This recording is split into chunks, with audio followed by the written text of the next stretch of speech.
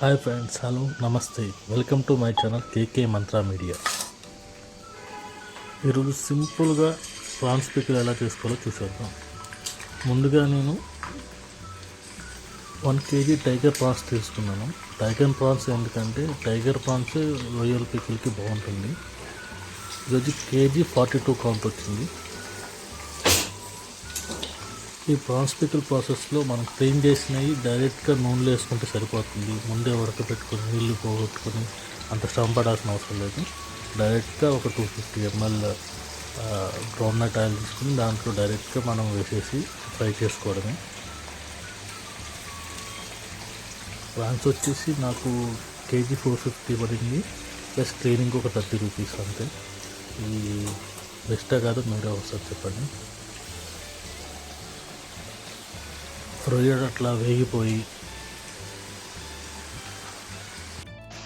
చక్కగా ఇట్లా golden colour వచ్చాక కొంచెం అల్లం వెల్లుల్లి పేస్ట్ యాడ్ చేసుకుంటే డైరెక్ట్గా యాడ్ చేసుకోవడం, దీన్ని ఏం ప్రాసెస్ ఏం లేదు.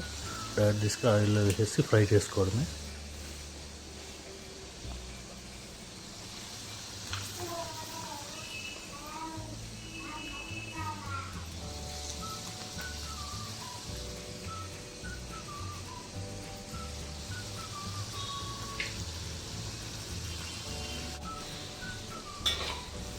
వేసుకున్నాక అట్లా అటు ఇటు కలిగి తిప్పుకుంటూ ఉంటే అడుగు మాడకుండా అడుగు అంటకుండా చక్కగా తిప్పుకుంటూ ఉండాలి.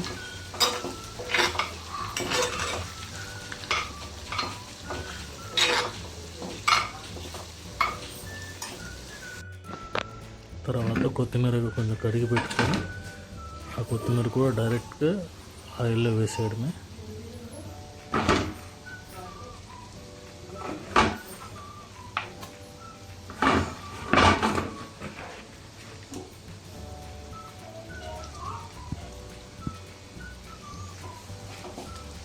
దాన్ని కూడా ఇట్లా కలిపి వేసుకొని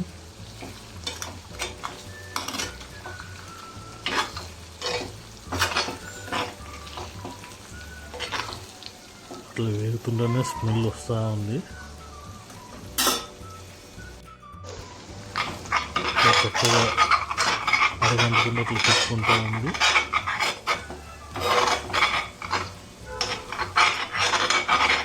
కొంచెం కొత్తిమీర వేయగానే లైట్గా కరివేపాకు యాడ్ చేసుకోవాలి.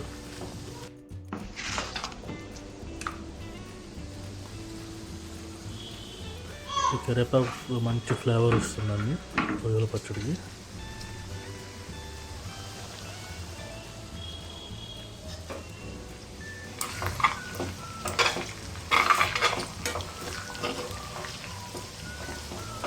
ఖచ్చితంగా అడుగు అనేది కొంచెం అనుకుంటూ ఉంటుంది. ఖచ్చితంగా అడుగు నుంచి తిప్పుకుంటూ ఉండాలి.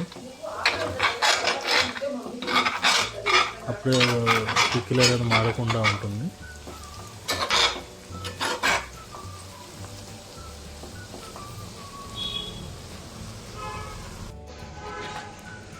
తర్వాత చూపించినట్టు లవంగాలు, ఎలాచి, దాల్చిని,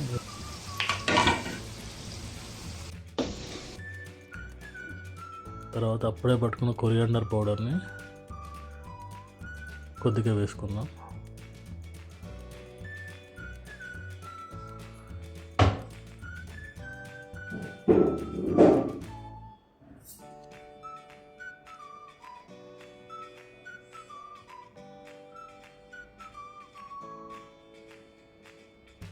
ఇట్లాగా జీరా ఫెనుగ్రీక్ పౌడర్ అంటే కొంచెం మెంతిపిండి, జీరా కొంచెం కలిసింది వేసుకోవడమే.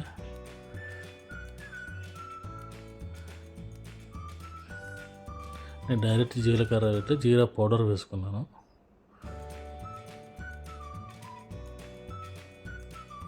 ఇది వచ్చి వైట్ పెప్పర్. ఇది కొంచెం ఘాటు ఎక్కువ ఉంటుంది. లేదా బ్లాక్ పెప్పర్ అయినా వాడుకోవచ్చు.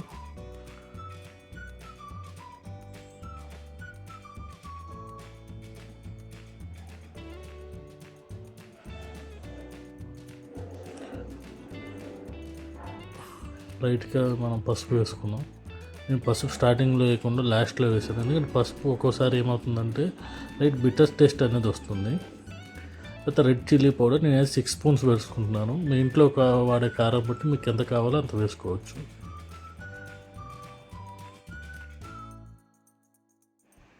ఇట్లా కారం వేసాక కొంచెం వేగనివ్వాలి. కారం కూడా కొంచెంసేపు, ఎక్కువసేపు వేగనివ్వకూడదు. ఎక్కువసేపు వేగితే అది మనకు మాడిపోయినట్టు అవుతుంది. లైట్గా ఒక 1 మినిట్ అంత మించి వేగనివ్వకూడదు. ఇట్లా 1 మినిట్లో అట్లా వేగిన తర్వాత ఇట్లా చూపిస్తున్నట్టుగా అట్లా లైట్గా బుడగలు వస్తుంది చూసారా. అట్లా లైట్గా వచ్చి రాగానే మనం సాల్ట్ యాడ్ చేసేసుకోవాలి. ఇక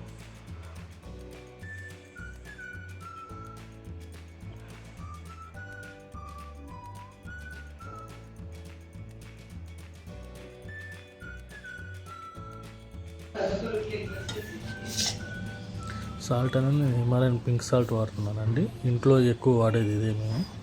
మీకు కావాలంటే మీరు టేబుల్ సాల్ట్ కూడా వాడుకోవచ్చు.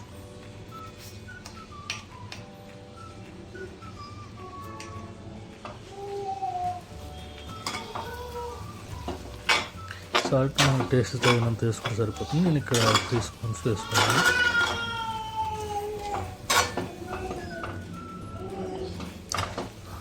అంతే అండి. స్టవ్ ఆఫ్ చేసుకోవడం.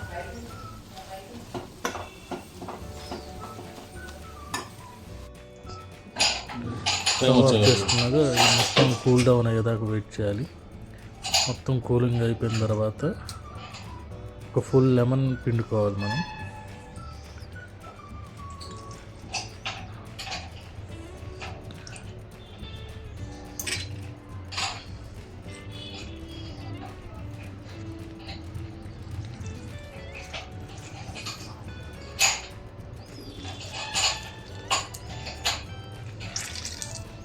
చాలామంది చింతపండు పులుసు వేస్తారు, కానీ నేనైతే నిమ్మకాయ ప్రిఫర్ చేస్తాను.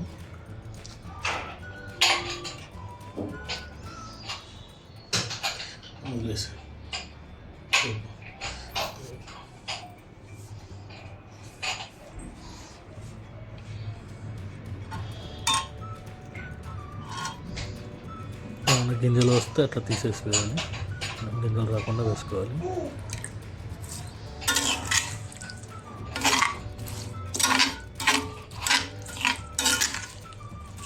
ఇట్లా చేసుకున్న రొయ్యల పచ్చడి మనకు ఒక 3 వీక్స్ దాకా నిల్వ ఉంటుందండి.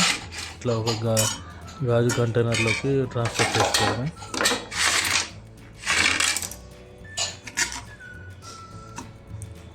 ఇప్పుడు నూనె ఉన్నట్టు అనిపిస్తుంది కానండి, ఒక 2 డేస్ ఆగితే నూనె మంచిగా ఊరి నూనె తేలుతూ ఉంటుంది.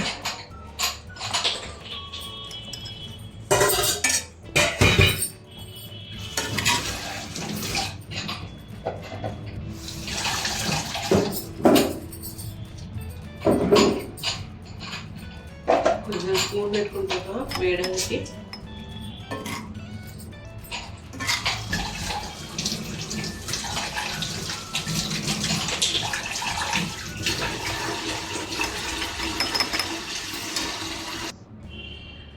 అలా వేడి వేడి అన్నాన్ని తీసుకొని ఇట్లా కళాయిలో వేసుకొని తిప్పుకొని తింటే ఉంటుందండి సూపర్. అసలు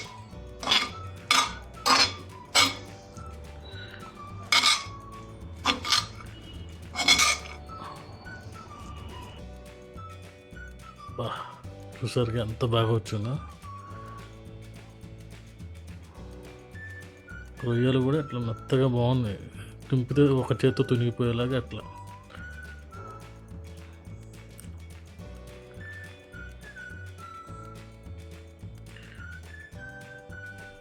వీడియో నచ్చితే సబ్స్క్రైబ్.